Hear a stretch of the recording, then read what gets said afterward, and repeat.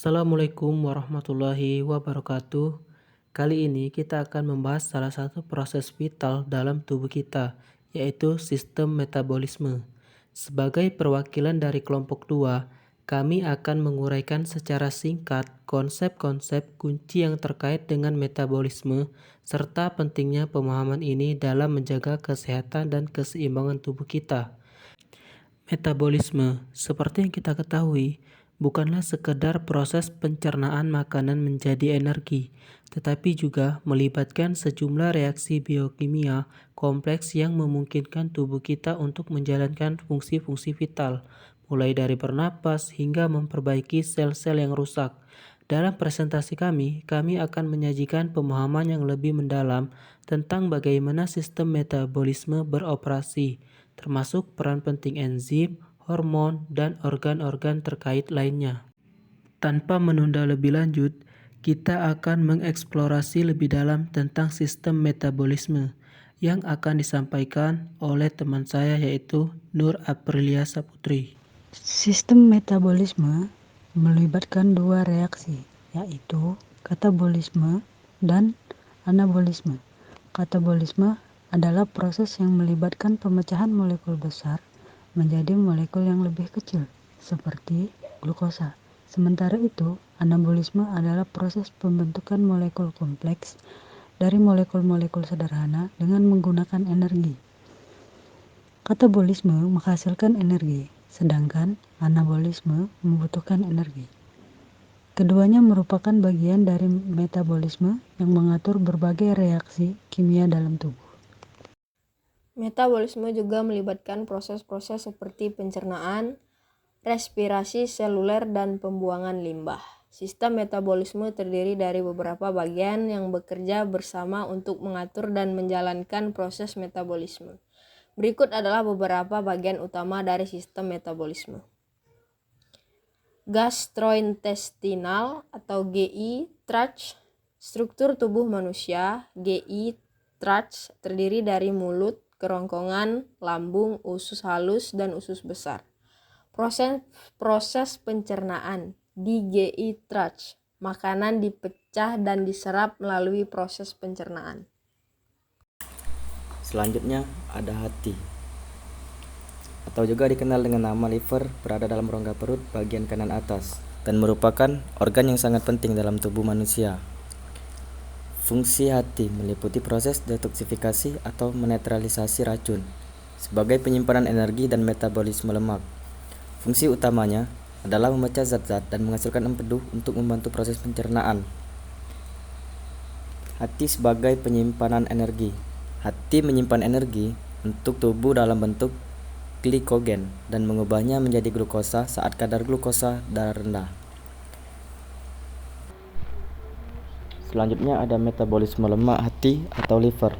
Lemak yang telah dipecah oleh hati bisa disimpan menjadi lemak dan juga bisa dikeluarkan dalam bentuk energi.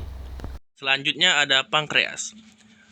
Pankreas adalah salah satu organ yang memiliki peran penting dalam mengoptimalkan fungsi sistem pencernaan dan proses metabolisme tubuh. Produksi enzim dalam pankreas. Produksi enzim pada pankreas adalah bagian penting dari proses pencernaan manusia. Pankreas menghasilkan berbagai jenis enzim pencernaan yang diperlukan untuk memecah nutrisi dalam makanan menjadi zat-zat yang lebih kecil yang dapat diserap oleh tubuh. Produksi hormon pada pankreas. Hormon-hormon yang dihasilkan oleh pankreas endokrin berperan penting dalam pengaturan kadar gula darah. Dua jenis sel yang berperan dalam produksi hormon pada pankreas endokrin adalah sel-sel alfa dan sel-sel beta yang terdapat dalam pulau-pulau Langerhans. Baiklah, selanjutnya ada enzim. Enzim adalah senyawa protein yang membantu proses metabolisme dalam tubuh. Enzim sendiri dibagi dalam dua komponen, yaitu bagian pro dan bukan bagian dari protein. 1. Peran kunci. Enzim mendukung proses metabolisme dengan mempercepat reaksi biokimia dalam tubuh. Dan yang kedua, spesifitas.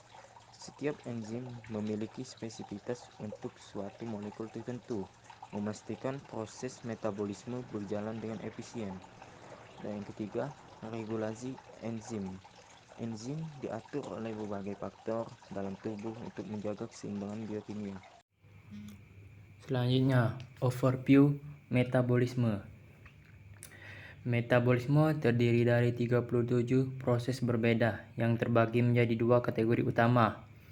Yang pertama, katabolisme, proses pemecahan molekul makanan yang kompleks menjadi molekul yang lebih kecil seperti glukosa, asam amino, dan asam lemak. Katabolisme menghasilkan energi yang dalam bentuk ATP. Contoh, ketika Anda makan sepotong roti, karbohidrat dalam roti dipecah menjadi glukosa. Glukosa kemudian diubah menjadi energi dalam bentuk ATP melalui respirasi seluler. Yang kedua, anabolisme, proses sintetis molekul kompleks dan molekul yang lebih kecil. Anabolisme membutuhkan energi dalam bentuk ATP. Contoh, ketika Anda membangun otot, asam amino dari makanan digunakan untuk mensistensi protein otot. Ratusan reaksi kimia. Kedua, proses katabolisme dan anabolisme melibatkan ratusan reaksi kimia yang dikatalis oleh enzim. Enzim adalah protein yang mempercepat laju reaksi kimia. Kemudian, metabolisme dapat dibagi menjadi 4 tahap utama. 1. Pencernaan. Pencernaan adalah makanan menjadi molekul yang lebih kecil, dapat diserap oleh tubuh.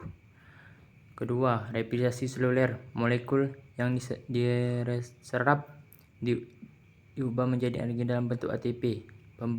Ketiga, pembentukan ATP. ATP adalah molekul yang menyimpan energi dan digunakan untuk berbagai fungsi tubuh.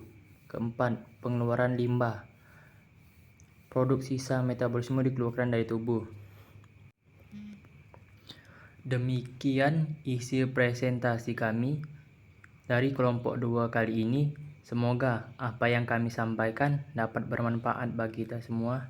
Jika ada kekurangan, mohon dimaafkan, karena kesempurnaan sesungguhnya hanyalah milik Allah Subhanahu wa Ta'ala.